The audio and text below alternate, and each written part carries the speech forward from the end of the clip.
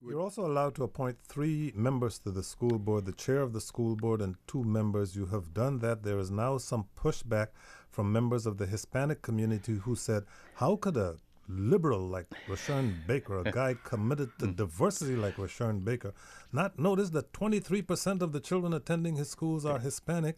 But what I'd like to know is, did those officials consult with you before you made the appointments?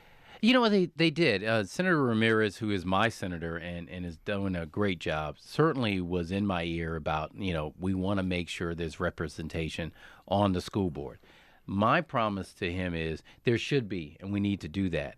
And but the first priority is always in any situation is finding the best people that can help move Prince George's County forward, because I owe that to all the children of Prince George's County, black, white, Latino, anyone who walks through our school system.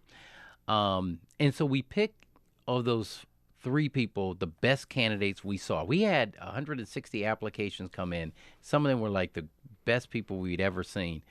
And so we picked individuals we felt could move the school system forward.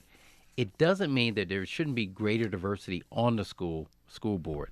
My commitment to Senator Ramirez and others who brought it up is that we have to look at the upcoming elections for our school board. There's got to be greater diversity there.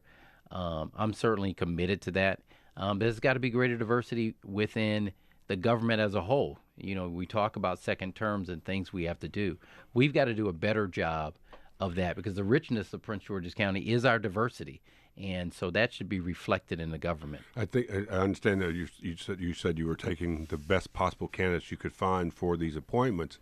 If I were a Latino, I might say, well, did you look at the best possible Latino candidates, and they simply didn't measure up to the ones you ultimately chose? I think sometimes it sounds like a backhanded slap, not necessarily intentional. That, well, we looked at the best candidates, but none of them were Latino. Maybe we'll look at some more later. No, we looked at the pool of people who applied, and we had some Latino candidates that did apply. Out of that pool, we selected the 3 best people, which says 2 things. One, as county executive, I have to make a choice of what I think is best for Prince George's County.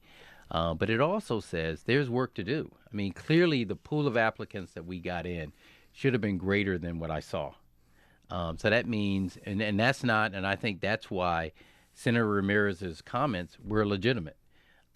Clearly the administration has to do more to make sure, why isn't the pool as broad as it should have been? And this will be part of your reelection campaign to demonstrate that you'll be working on this. Right. And I think it means for us that we've got to make sure that we in the second administration, and as we move forward, even during this time, that we increase the number of applicants, and we make sure that pool is broader and deeper than what we saw, because we know, and we heard this as African Americans, you would always find, well, you mean you couldn't find any qualified African Americans?